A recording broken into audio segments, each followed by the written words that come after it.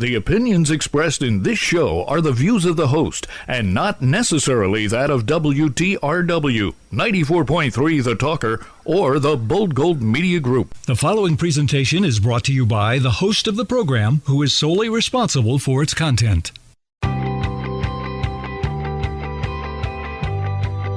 Welcome to tecBRIDGE Radio. tecBRIDGE is a regional organization focused on growing entrepreneurship, innovation, and the knowledge economy in northeastern Pennsylvania. tecBRIDGE asks us, why not us? Why not here? And why not now? You can reach us at tecbridgepa.org. That's T-E-C, tecbridgepa.org. I'm Marty Wolff, your host for tecBRIDGE Radio. This edition of the show is brought to you by Net Credit Union. They're changing lives by helping folks raise their credit scores. To learn more, you can reach them at netcreditunion.com. That's netcreditunion.com. You can bank on net. My guest with me today, and he is in the studio, is Carl Boettcher. Hi, Carl. Good morning, Marty. Nice to be here. I got the name right. You got the name right. We practiced that before we came on. We did. They throw that O in there, and I'm not sure why it's there. Blame your parents or your lineage or whatever for that, right? German translation, I don't know. As I told you before, I think it means barrel maker. So. And that has no relationship to our discussion today, I guess. It does. It does. Okay, we'll interweave that. Okay, yeah. So Carl is with a company called Hand Truck Systems, and I think the website is handtrucksystems.com. I've known Carl for some period of time, and I've kind of watched him grow from afar, so I thought it'd be really interesting. I know it'll be really interesting. Carl, tell us about your company, HTS Systems. What do you do? Okay, well, actually, the website is handtrucksystems.com, but the company is called HTS Systems. We just shortened it up. Got it. And we named it after the product, which is the hand truck Sentry. Originally, it was a product designed to retain hand trucks to delivery vehicles with using electronics and using modern technology that we have today. Basically, we incorporate ergonomics into a new type of style. So, what electronics? Now, I'm try to draw us a picture of this. First of all, your site is loaded with pictures. I love this. Yeah, it's a little intimidating. I love it though. It's hard to navigate. We're redoing that in WordPress. Okay, so hand trucks. I mean, they're hand trucks, Carl, for goodness sake. Well, where did the idea and why the idea of hand trucks? What do you actually do with these hand trucks? What's the system do? Every commercial delivery driver in the country, whether it be United Parcel, UPS, FedEx, food service, beverage company, there are millions of companies out there that deliver with hand trucks. And it's to get the cargo from the truck to the customer, from point A to point B, safely, quickly, efficiently. And over the years, hand trucks have got into more technology with lighter weight, more expensive alloys. Now they make them part magnesium, which are very expensive, aluminum. And it's not your grandfather's hand truck years ago that you had in the freight dock that was wide and bulky and made out of wood. These are lightweight pneumatic tires, and they're costly and they're expensive to replace. So why does your system help that? Okay, well, do they leave them behind? Do they? Well, the thing about hand trucks, when you carry them on board inside of a small delivery van or even a beverage truck, it takes up space. It damages cargo. It can damage the doors. So if you're looking at cargo space and damaging freight, especially if the freight's not yours, you got to pay freight claims on damaged goods. We found a way to take the hand truck and put it on the exterior of the vehicle, and we also found a way so the driver can never forget it. So the driver. How's that? Explain that to me. As soon as the driver turns the key, if the hand truck's not on board, there's an alarm and a little light that says, "Hey, dummy, you're forgetting your hand truck. Turn around and go." Oh, you don't have to turn around. You're right there. Go outside and grab it. I forgot my hand truck many times when I worked for Falcone Beverage back in the late 80s.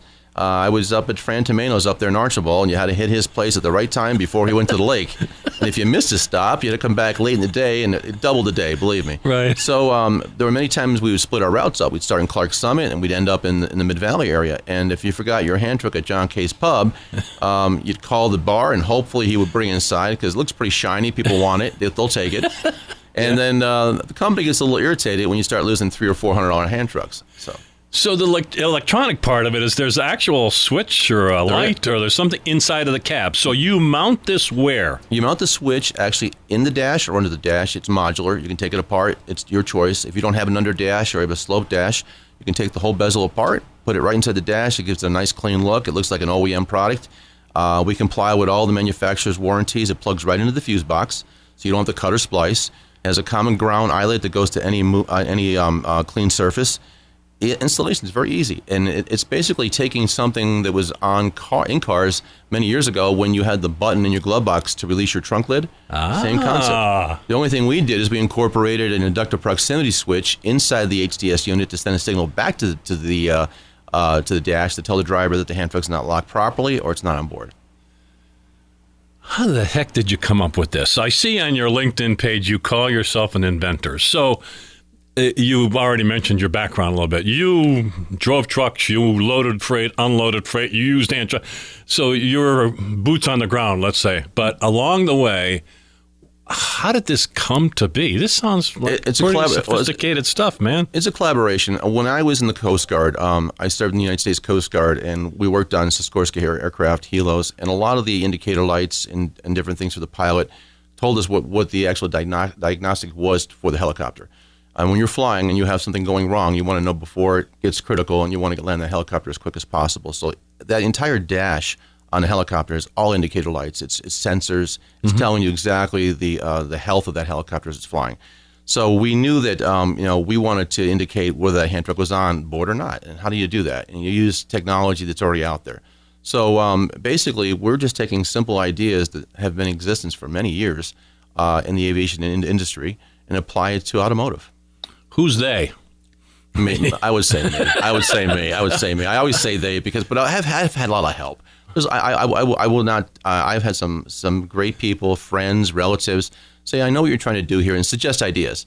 Some ideas I would run with, and some I would not. But I have a background. I'm a geek. I work on computers. I can repair your computer, extract viruses. I did that. Good. So I'm good at that. Yes. Good. Yeah. So I was the kind of kid that hung out at the local Radio Shack in Clark Summit, but when I had no money in my pocket, I was baling hay or doing something to make money to go back to the store. All right, but we were talking before the show again. I want to, I think there's still some people. I'm glad you're saying it this way. There's people out there. Well, it's a hand truck. You mount it on the front of a truck, but wait a minute here. There's engineering, there's design, there's materials. A lot goes into this. A lot does go into it, and it starts off with prototyping. From making a wood prototype. Actually, my very first prototype was made out of cardboard. The clamp mechanism was actually corrugated cardboard, and it actually worked. I made it to scale.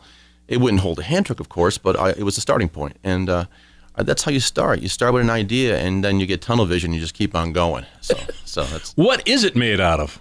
Right now, it's made out of a glass-filled nylon. It's actually a very high-impact polymer, and it's a composite. A lot of materials today, you look at some of your casings on your drills for you buy DeWalt drills, you drop it on the floor, it could be sub-zero temperature, it can handle the impact. So we use technology now. Actually, that material we use wasn't even around 10 years ago. It was not in the market anyway. It was starting to be experimented with. So, how do you keep up on that? How did you learn this? How did you study this? I do a lot of reading. I never used to read. I was a very average student in high school, Abington Heights. I started reading. I got more and more involved into it. When I was forced to read, like a manual working on something like an aircraft or something like that, or you get something, a techie thing at your house, a new DVR, I'd read the entire manual just so I would know all the buttons. I felt stupid. If I didn't know what all those buttons were for, even though they're multi-purpose buttons, I felt I didn't understand that machine, so I would read the whole manual. So that's how I got back into reading. So you studied it. I studied it, yeah. You, first of all, I'll use the phrase boots on the ground again, you recognized there was a need. There was a need for this. There was people were losing. There was money involved. There was safety of drivers. The driver back. Well, we knew one thing. We all knew this as beer guys. We knew that if we had to go back 4 or 5 miles to get the hand truck, we knew a couple of things. One, we weren't driving the speed limit. We were rushing back to get it. We were praying to God the hand truck was still on the sidewalk or in the alley or the basement, and somebody didn't pick it up, like a college kid who wants to move his beer barrel that night. So we knew all the things, and we also knew that if we didn't recover that hand truck and didn't retrieve it and get back on route quickly, we'd have to deliver that entire route by hand. And I've done that. I went into done that. I left the warehouse without my hand truck one day, and that's another thing. You can leave the hand truck at the warehouse too. So if you have something that reminds you that you've got the hand truck on board before you leave the warehouse, you're not walking out the door without the hand truck. So there's a huge efficiency issue here. It's huge for our companies. And a high payback. If you look at the retrieval time with lost labor, retrieval time with fuel, if you're moving a beer truck that's half loaded or fully loaded back from Archibald to Clark Summit and you're off route, that's a lot of fuel you're wasting, a lot of labor. And there's a huge amount of payback there. My guest is Carl Boettcher. His company is, tell me your website again. Handtrucksystems.com, and the company is called HTS Systems. Where are you based? We are based at the Riverfront Sports Complex in Scranton. One of my business partners owns that facility. It's a great opportunity for kids to learn sports, and they have an indoor football field, soccer field, basketball court. Yeah. And currently that's being run by John Bucci, a great coach. Sure, yeah. Your journey fascinates me. So you're in the military, Coast Guard. You drove a truck like me. We hauled freight. We delivered freight. Right. We worked our body parts off. Right. I don't know if I can say that word on the air. Right. And along you come and you decide to be an entrepreneur. So what switch, to use the phrase switch, what in your mind decided that you wanted to kind of go for it and to be an entrepreneur? When did that happen? I think it's when we had a meeting one day at Falcon Beverage. They were complaining about these very expensive Magliner hand trucks being missing. They're not coming back to the warehouse. And I think that, you have a threat, and if you don't come back with your brand new hand truck, you're assigned a hand truck, and they'll maintain it and make sure there's air in the tires. And that new lightweight hand truck was your right hand. Sure. And it was a lot lighter and easier to use than the heavier steel hand trucks. And you had the boss who's saying, look, we're going to give you one shot. You lose it, we'll replace it. After then, you're going to replace it. You're going on the new one. Yeah. So I think that, and the other thing was, what makes you want to do something? I think that you do get stars in your eyes. You say, wow, if I invent this thing, maybe it'll make me some money. And then you say, wow, if I invent this thing, maybe I can not hump beer for the rest of my life. So there was a practical side of it also. Sure, there always is, right? Yeah, but it's interesting how that happens. Something just enters your brain. Yeah. Right? It was something, you're in a meeting and something enters your brain. Right. And so your first one, you had this prototype and you said you made it out of cardboard. And then, so when was the first real system put together, and what did that look like? Well, after you got past the cardboard. Right. We went to prototype staging. We made them out of aluminum, hybrid plastic and aluminum. When did the first one get in the market to put in the field? We started that in 2005. Yeah. 2005? Yeah. Wow. I didn't realize it was that long. Yeah. It was not a pretty See, I model. thought you were an overnight success. Oh, no. There's no such thing as an overnight success. It's a lot of sweat equity. It's a lot of sweat equity. Yeah. So you have mentioned to me that there are some organizations that were helpful to you in the early stages of this. So talk to me about that. I started off looking for a way to do this. So basically, when an entrepreneur is trying to start a company, he needs a business plan. He needs to find out what capital is available locally. Does he want to see if he can get grant money? Does he want to see how he wants to, take it to the next level? And I started asking questions. I met with some great people at the University of Scranton, the Small Business Development Center, Keith Rogowski, different people like that. Mm-hmm. And they helped out, and they gave me a direction. But they're at a point right now where we just take it and we take it. I describe being an inventor or an entrepreneur going into a warehouse and throwing your keys into the darkness and trying to find them, and that's you do it blindly. You really do. I don't care what anybody says. There's no magic rope. There's no to get you in and out. There's no magic plan. And I will tell you this: what I learned is everything I thought of the path to get there it was totally wrong. No, really. You think you have an idea what you're going to do. And it's just the opposite, or it's just totally different than you think it's going to be. So I'm going to steal that line. So being an entrepreneur is like throwing the keys into a dark warehouse? Yeah, like a warehouse or a gymnasium, and turn the lights up and trying to find them. You really are doing it. Well, if you don't have the right kind of education, and if you don't have the right training or the right connections or the money, it really is going blindly. Yeah. There's people in there that will take advantage of you. There's people that will help you. There's people that will encourage you. There's people that discourage you. So it's darkness. We're going to take a break, but when we come back, I'm going to say, well, how did you survive that? Did you, and we're going to take a break because I want to hear more details about that, because I love the entrepreneurial story that you've gone through. It's such a great story. Thank you, Marty. Carl Boettcher is my guest today on tecBRIDGE Radio. Tell me your website. My website is handtrucksystems.com. You got to go on the site, man. It's filled with pictures and companies he works for. It's incredible. So you are listening to tecBRIDGE Radio on 94.3 FM The Talker. I'm your host, Marty Wolff. We will be right back. Hi, this is Marty Wolff, host of tecBRIDGE Radio. Net Credit Union asked me to share an important message with employers in our listening area. We would like to remind you that your employee's personal life directly impacts their professional life. Studies tell us that when employees believe they have great work-life balance, they are 21% more productive and dedicated to their work and their employer. Net Credit Union can help you improve that work-life balance by offering your employees a free personal finance seminar. The seminar can help your employees save money and increase their credit score. Net Credit Union would love to have you and your employees as Net Credit Union customers. Let's start by offering your employees a free personal finance seminar. Contact us at bank@netcreditunion.com to schedule a free personal finance seminar for your employees. That's bank@netcreditunion.com or call us at 570-961-4232. Hey, they'll even bring the pizza. And remember, you can bank on net. Welcome back to tecBRIDGE Radio. My name is Marty Wolff. The guy with me, who I'm having a great discussion with, is Carl Boettcher, and his company is handtrucksystems.com. I'm loving this discussion because I'm kind of like blue collar and I'm enjoying this, you know. So the whole idea of being an inventor, entrepreneur, an inventor, and you said, well, I asked you some version of the question, like, how did you do this? And you said, well, I learned, I studied, I practiced, I did through a bunch of prototypes. So talk to me more about that journey, being an inventor, and maybe do you have some advice or, you know, to a younger person, maybe someone in high school or college. Talk more about that journey of being an inventor. Okay, well, I think that when you're an inventor, you want to protect the idea, and you want to see if you can actually get a patent on it. And I think that mostly I would recommend for the inventor or the potential inventor, stay away from invention companies. Stay away from anything you see on TV. I won't say the names, but stay away from them and run like, you know. There's a lot of things that I mean, George Foreman has things other than girls? Oh, let's not go there. I might go in trouble. Go ahead. Well, I mean, if you get an infomercial on TV and cut a deal, maybe there's something there, but I don't know. Yeah, go ahead. But just stay away from those invention companies. They don't do anything for you. They take your money, and many times they'll say that we'll take your idea to a trade show, and it's on a laptop. They're not showing it to anybody, but it's at the trade show. Yeah. And just stay away from those type of people. They use people, and I've heard so many horror stories about older people getting taken advantage of. So what was that patent journey like?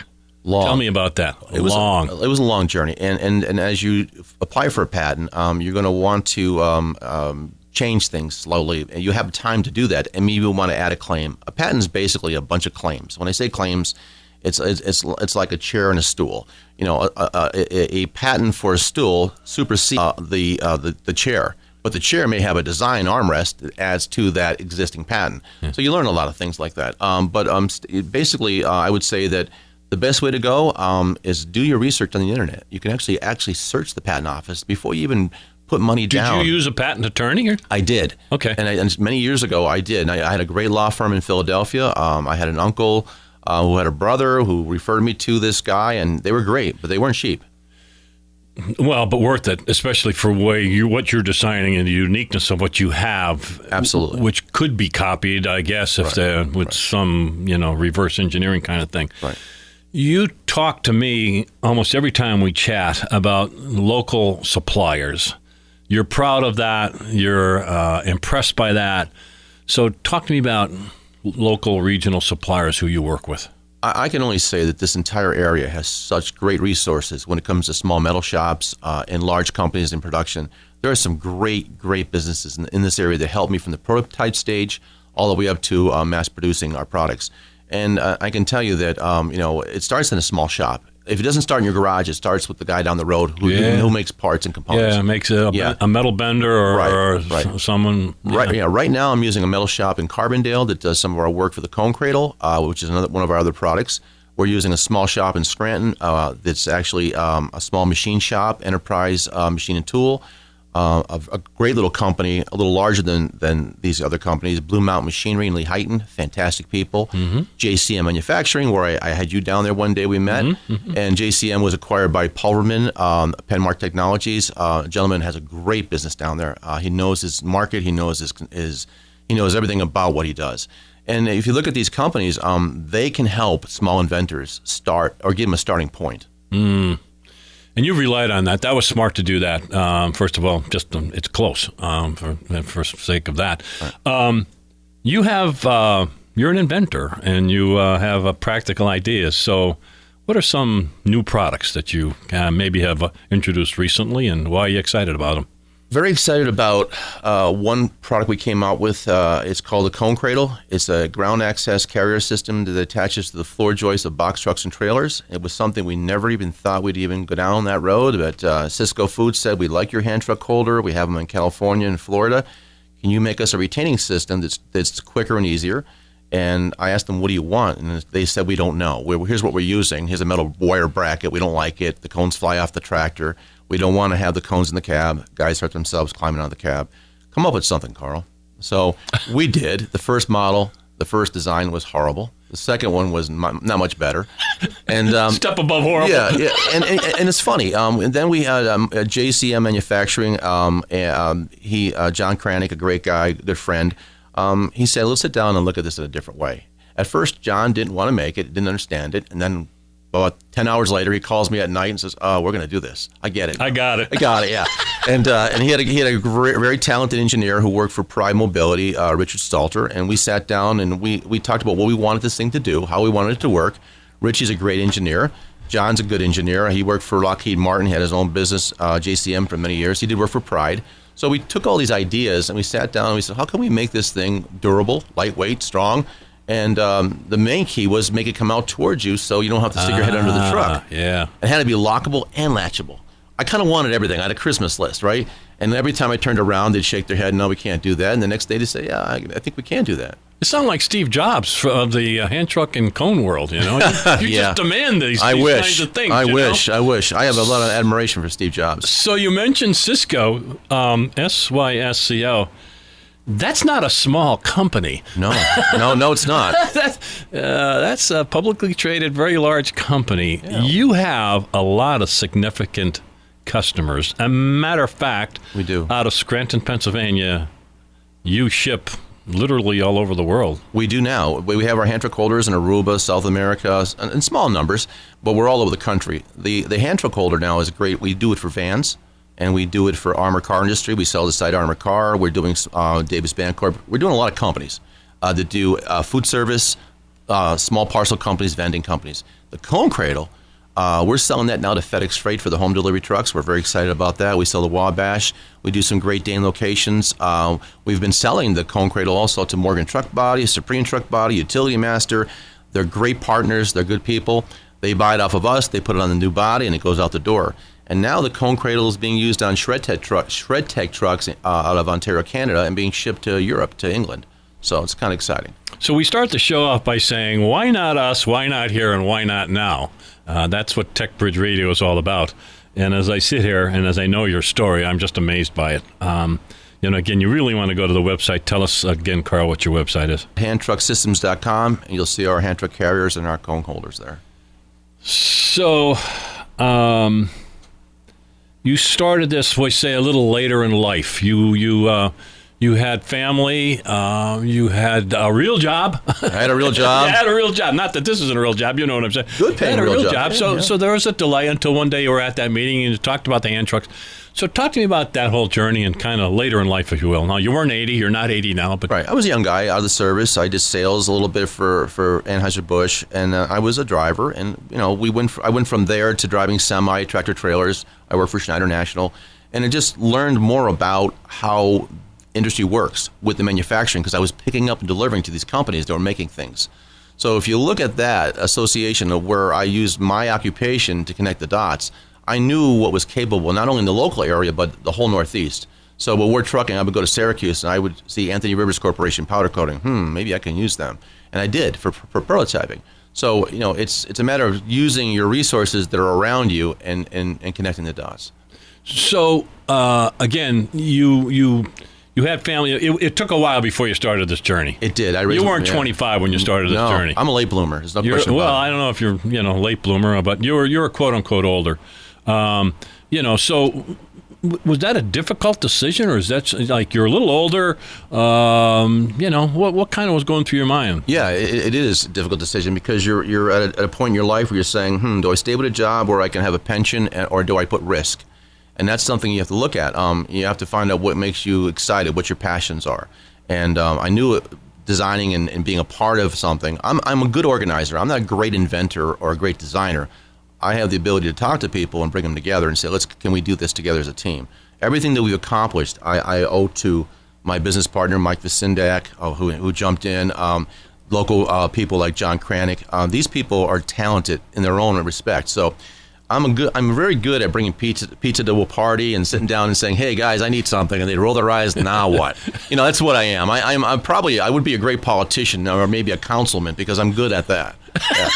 Don't say that out loud. Oh, yeah. Recruit you. Yeah. Don't do that. But stay in business, for goodness sake. But it really isn't being the leader or being the guy who has all the answers. It's finding the people who have the answers.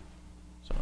Finding the people who have the answers. Exactly. And then getting them to work with you, like you, and all that kind of good stuff. Yeah, there's a lot of risk involved with everything you do.